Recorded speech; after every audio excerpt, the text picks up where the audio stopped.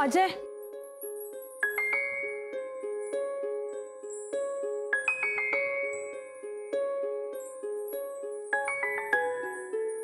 आईंचं इतकं सिरियस आहे हे माहित नव्हतं मला.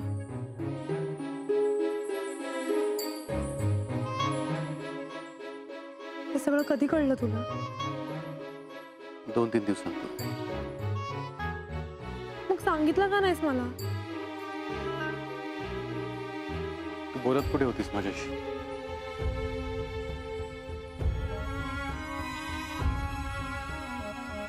सॉरी.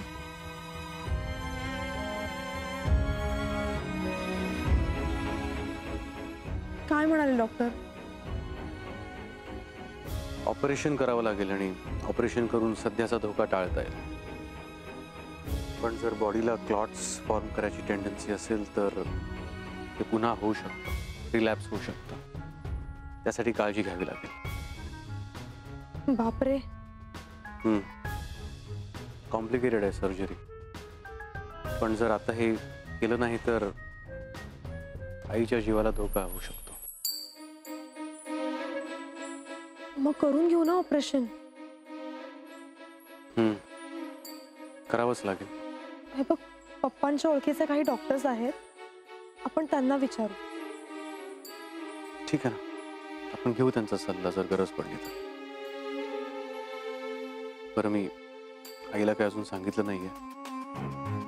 उगाच तिचं टेन्शन वाढायला. त्यांनी काही विचारलं नाही? विचारलं, पण मी तिला एवढं सांगितलं की फार असं काही नाहीये. पण मग आता कधी करायचं ऑपरेशन? लवकरात लवकर. अजय, पैशांचं कसं करणार आहेस? त्याचाच विचार करतोय. 4 लाख? तेवढे तरी लागणारच. मी पप्पांशी बोलू का? कशाबद्दल? ते करतील ना आपल्याला मदत. नको. हे बघ, आपण हळूहळू त्यांना पैसे परत देऊ. नाही नेहा, पण का? मला नाही आवडणार. हे बघ, तुझ्या इगोमुळे तू आता नाही म्हणशील, पण मला माहितीये तुला नंतर टेन्शन येईल.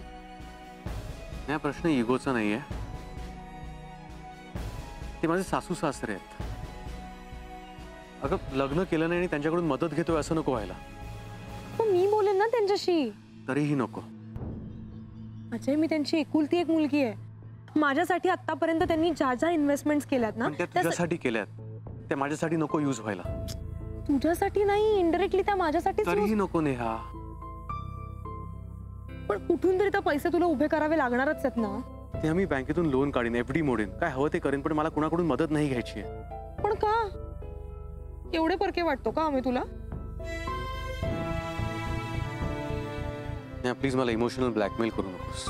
मला ह्या बाबतीत वाद नाही घालायचा आहे, प्लीज. माझं डिसिजन झालंय. ओके, तू आता तुझा डिसिजन घेतलाच आहेस तर काय बोलणार? नेहा, अगं, मी माझ्या आईच्या दवाखान्याचा, तिच्या मेडिकलचा खर्च नाही केला तर मग काय अर्थ आहे का या सगळ्याला? मला हे सगळं स्वतःहून करू दे प्लीज. मला कुणाची मदत घ्यायची नाहीये. मी, अगं, मेडिकल इन्शुरन्स आहे, हेल्थ इन्शुरन्स आहे, मी जाऊन भेटीन त्या लोकांना, काय हवं ते करेन, पण मला कुणाची मदत घ्यायची नाही, कुणाचं ऑब्लिगेशन घ्यायचं नाही प्लीज. कुणाची मदत घेतल्यावर कधी ना कधीतरी ती लोक येऊन बोलतातच त्याबद्दल, आणि मला तसा प्रसंग स्वतःवर ओढून घ्यायचा नाहीये. Please understand. कळतंय मला. फक्त एक काम कर माझ्यासाठी. काय? मला रोज भेटत जा. तू भेटलीस की बरं वाटतं मला. सगळे टेन्शन दूर होतात माझे.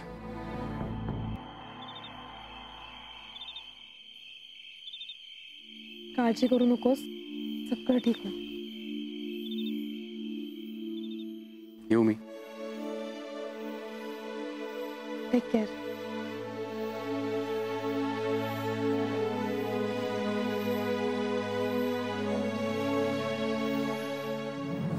म्हणजे तिवारीने काहीच सांगितलं नाही? पहिल्याच प्रयत्नात भेटायला आला हेच खूप झालं. मीरा तेच म्हणते मी, मला ना त्याचा काही अंदाजच येत नाही. म्हणजे तो बोलेल न बोलेल काही कळत नाही ग. ताई हे बघ, तिवारी जर स्वतः गुन्ह्यामध्ये सामील असला तर कदाचित तो नाही बोलणार. तेच म्हणते मी, आणि राणीलाही तो घाबरतो ना. हो, आपण या भीतीचाच उपयोग करून घ्यायचा, म्हणजे त्याला आणखी घाबरवायचं. अगं पोलीस कसे तुझ्या मागावर आहेत, राणीपासून कसा तुला धोका आहे, असं सारखं सांगायचं त्याला. अगं तो आधीच किती घाबरलाय. अगं मग गायत्री, हे करावंच लागतं. सगळीकडे चांगलं वागून नाही चालत, थोडं मॅन्युप्युलेटही करावं लागतं. आणि हो, आपण जे काही करतो ते चांगल्यासाठीच करतोय. एक्झॅक्टली. बरं मीरा, तुझं काय म्हणणं आहे की तिवारीला पोलिसांशी बोलायला सांगायचं? तो आपल्याशीच बोलताना इतका घाबरतो, तो बोलेल पोलिसांशी? मला नाही वाटत. पण मग काय करणार, त्याशिवाय आपण पुढेच नाही जाऊ शकत. बरं त्याला पैसे चारले तर? पैसे नेलेच की त्यांनी, फक्त पैसे देऊन नाही होणार हे. बरं तिवारी माफीचा साक्षीदार तरी होऊ शकतो? असं होऊ शकतं. आपण त्याला हे सांगूया, तू माफीचा साक्षीदार होऊ शकतोस, फक्त पोलिसांना सरेंडर हो आणि त्यांना सगळं सांग. पण ऐकेल तो? हे बघ, त्याला या केसमधनं सुटायचं तर आहेच. सारखा म्हणत होता मैं बीवी बच्चों वाला आदमी हूं. त्याला सांगू, पोलीस तुला आणि तुझ्या कुटुंबाला प्रोटेक्शन देतील. पोलीस त्याला माफीचा साक्षीदार करून घेतील का? घेतील की. न घ्यायला काय झालं, यापेक्षा मोठा पुरावा काय असणार. नाही मीरा, मला काय वाटतं आपण परत एकदा तिवारींशी बोलायला हवं. एकदा काढून घ्यायला हवं त्यांना किती माहिती आहे नाही माहिती आहे, आणि मग बोलूया या प्रोटेक्शन बद्दल, नाही का? ठीक आहे, बोलून बघू. संगीतालाही एकदा सांगू, जरा त्याच्या मागे लाग म्हणून.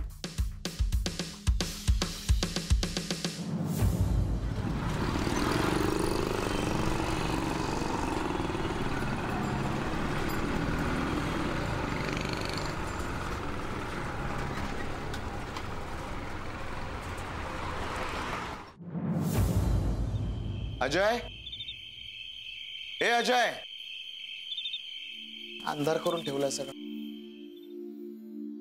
काकू, ओ काकू, बाबा अंधार करून का झोपलाय? काकू काय झालं? काही नाही, डोकं दुखतंय जरा माझं. हे जरा ताप आहे का बघ. अहो काकूंचं अंग केवढं तापलंय. अरे बापरे, ताप चढलाय त्यांना. काय झालं? काही नाही, संध्याकाळी बरं होतं. काकू तुम्ही औषध घेतलं नाहीत का? मग असं कसं अचानक ताप चढला? काय झालं काकू? बरं वाटत नाही का? अजय, हा काय होतंय काकू? अजय काय म्हणतात ग? अहो ते अजय भाऊजींची आठवण काढतात. थांब, त्याला फोन लावून बघतो. काकू नका काळजी करू, ते करतायत फोन.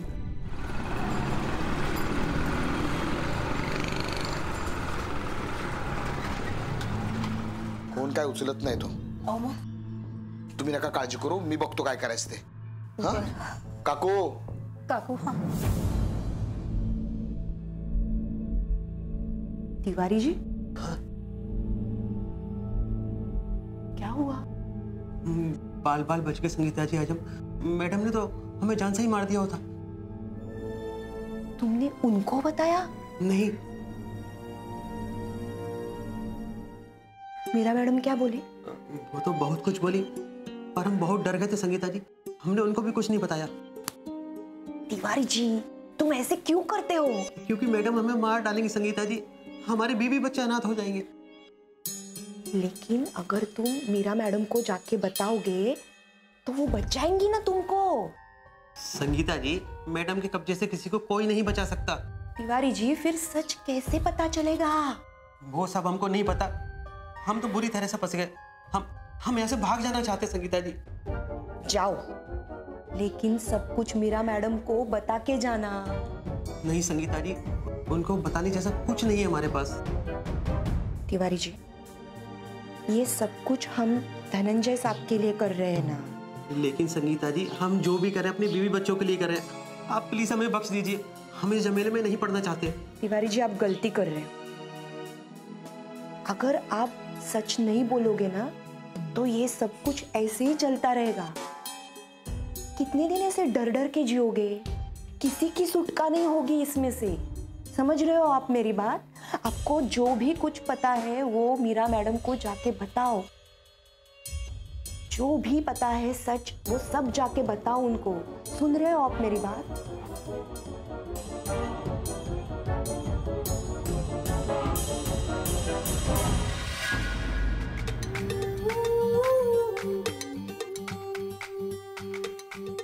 राणी, त्या तिवारीला का सोडलंस तू? शांत हो रे शरद. काय शांत हो ग? तुला कळतंय का केवढी मोठी रिस्क आहे ही? हो मला कळतंय. काय कळतंय तुला? हा, तो पुन्हा त्या मीराकडे जाऊ शकतो किंवा सरळ पोलिसांकडे जाऊ शकतो. मग काय करणार आपण? अरे म्हणून काय त्याला मारून टाकायचं का?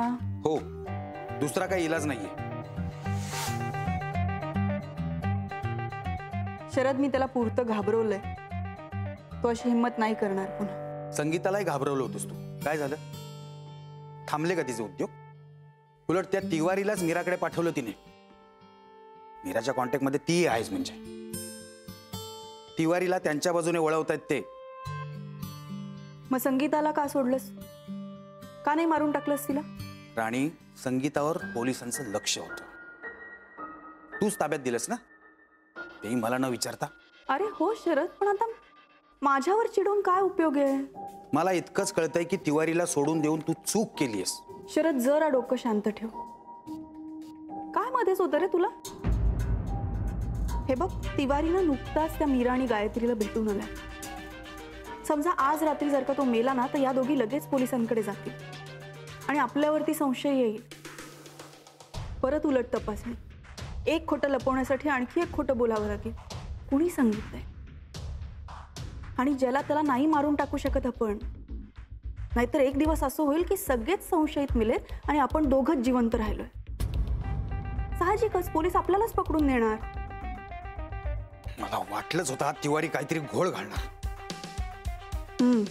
खरंय, मलाही वाटलं होतं पैशाने तसं तोंड बंद होईल, पण भलताच भित्रट निघाला रे हा. आता काहीतरी वेगळा प्लॅन करायला पाहिजे. थोडक्यात काय, याच्या पुढे तिवारी आपल्याबरोबर नसणार आता असं समजायला लागणार. तो जर आपल्याबरोबर नसेल तर तो कुणाबरोबरच नसेल. म्हणजे मीरा आणि गायत्रीने त्याला आपल्यापासून फोडण्याचा प्रयत्न केला ना, मग आता आपणच पोलिसांना सांगून टाकूया. म्हणजे तिवारी जर का आपल्या उपयोगाला येत नसेल तर तो मीरालाही मदत नाही करू शकणार. कधी कधी तुला आवरणं ना माझ्यासाठी खूप कठीण जात असतं. चल, आपण ते अजय ठाकूरला फोन करूया.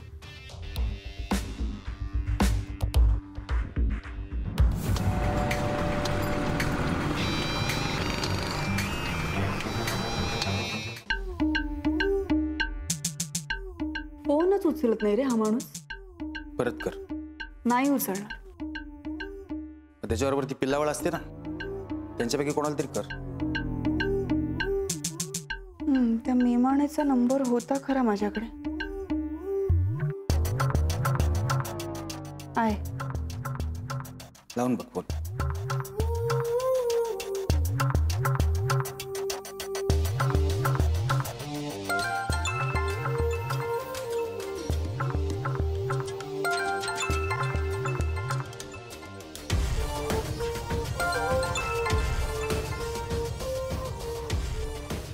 हॅलो,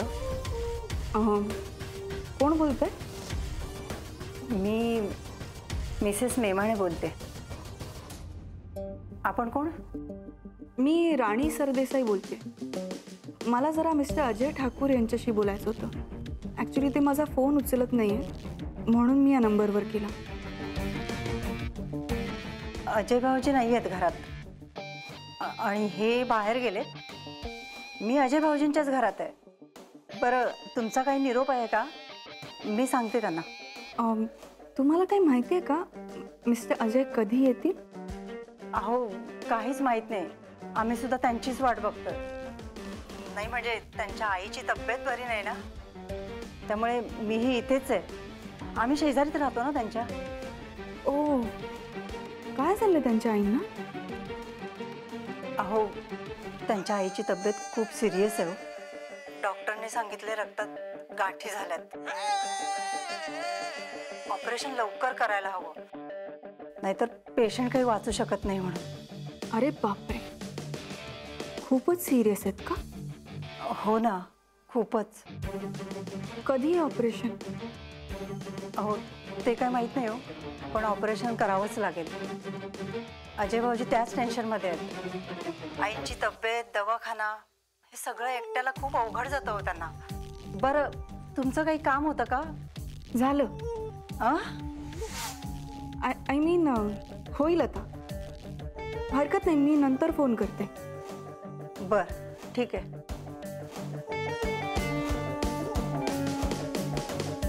काय झालं? जे झालं ते चांगलंच झालं. म्हणजे सगळे फासे आपल्या बाजूनी पडतात शरद. आता काळजी नको करूस, मी बघते. राणी कोण होतं फोनवर? हा राणी, काहीतरी चांगली बातमी दे लवकर. त्या तिवारीने डोकं फिरवलंय माझं. अरे इतका इम्पेशंट का होतोयस तू हल्ली? राणी बघ, आपल्याला लवकरात लवकर यातून बाहेर पडायला हवं. काही करू. विचार केला होता की कोणीतरी चांगला माणूस आपल्या बाजूने येईल. हे संपलं सगळं. पैसे देऊन त्याचं तोंड बंद करायचं आणि इथलं घबाड घेऊन गायब व्हायचं.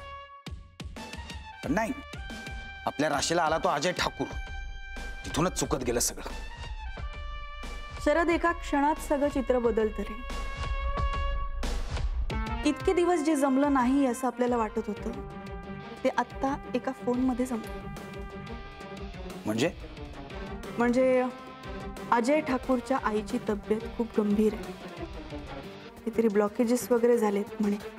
आणि त्या म्हातारीच्या मरणाने आपल्याला काय फायदा? नाही, तिच्या मरणाने आपल्याला काहीच फायदा होणार नाही, पण तिच्या जगण्याने होऊ शकतो. काय बोलतेस तू? शरद, साधी गोष्ट आहे. अजय ठाकूरच्या आईच्या ऑपरेशनचा सगळा खर्च आपण करायचा. वेडी आहेस का तू? धड दोन शब्द बोलत नाही तू येशी. तू खर्च घेणार आहे तुझ्याकडून?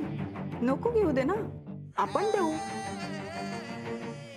शरद, घास असा घेता येत नसेल ना, तर तो असा घ्यावा लागतो.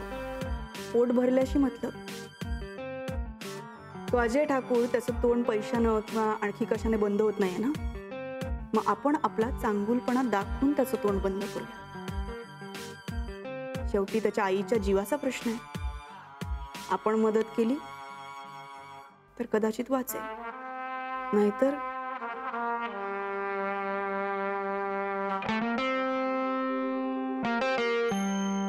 काकू काळजी करू नका, बरं वाटेल बघा.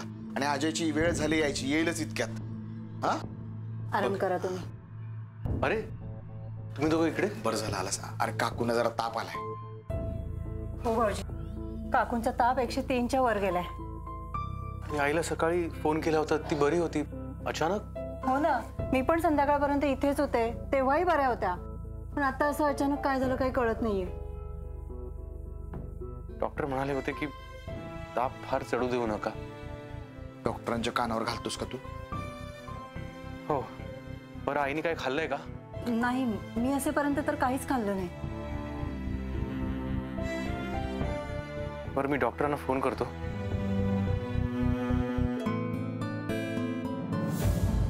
ओके डॉक्टर, उद्या भेटू. थँक्यू. ठीक आहे, पाणी घे.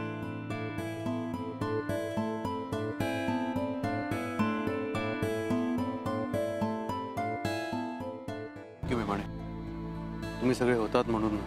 नाही ना रे. अरे घरात अंधार होता, तर दरवाजा उघडाच. आत जाऊन बघायला गेलो तर काकू पांघरून घेऊन झोपलेल्या होत्या. बरं, डॉक्टरांशी बोललो मी. काय म्हणाले डॉक्टर? ते म्हणाले की रिपोर्ट्स घेऊन उद्या दवाखान्यात या. कदाचित आईला उद्या किंवा परवा हॉस्पिटलमध्ये ऍडमिट करावं लागेल. जे ऑपरेशन करावंच लागणार आहे? करावंच लागेल. उद्याच? डॉक्टर सांगतील आता काय करायचं ते. बरं, खर्चाचं कसं? संभावे लागतील मला काहीतरी करून. माझ्याकडे 1.5 लाख रुपयाचं सेव्हिंग आहे. ते सकाळी बँकेत जाईन आधी, त्यानंतर आईचे मेडिकल इन्शुरन्स पेपर्स आहेत ते घेऊन त्या ऑफिसमध्ये जाईन. जिथून जे मिळवता येईल ते मिळवावं लागणार. अजय, काळजी करू नकोस, आम्ही आहोत तुझ्यासोबत. दिलीप, माझ्यामुळे तुला खूप त्रास होतो. हे बघ अजय, असं बोलू नकोस बाबा. आणि तू फोन का उचलत नव्हतास? कुठं होतास? कुठं? बाईकवर होतो, नेहाच्या घरी गेलो होतो. त्यांना काहीतरी बोलायचं होतं माझ्याशी. काय झालं तिकडं? नेहाच्या आईबाबांचं म्हणणं आहे की लवकरात लवकर साखरपुडा करून घ्या. शक्यच नाही. आईची तब्येत सुधारेपर्यंत मला हे सगळं काही करताच येणार नाहीये. लग्नाचा तर विचार अजिबात करता येणार नाही. आणि ह्यामुळे तर त्या केसमध्ये पण मला नीट कॉन्सन्ट्रेट करता येत नाही. आतापर्यंत केस सॉल्व्ह झाली असती तर अर्ध टेन्शन गेलं असतं सगळं.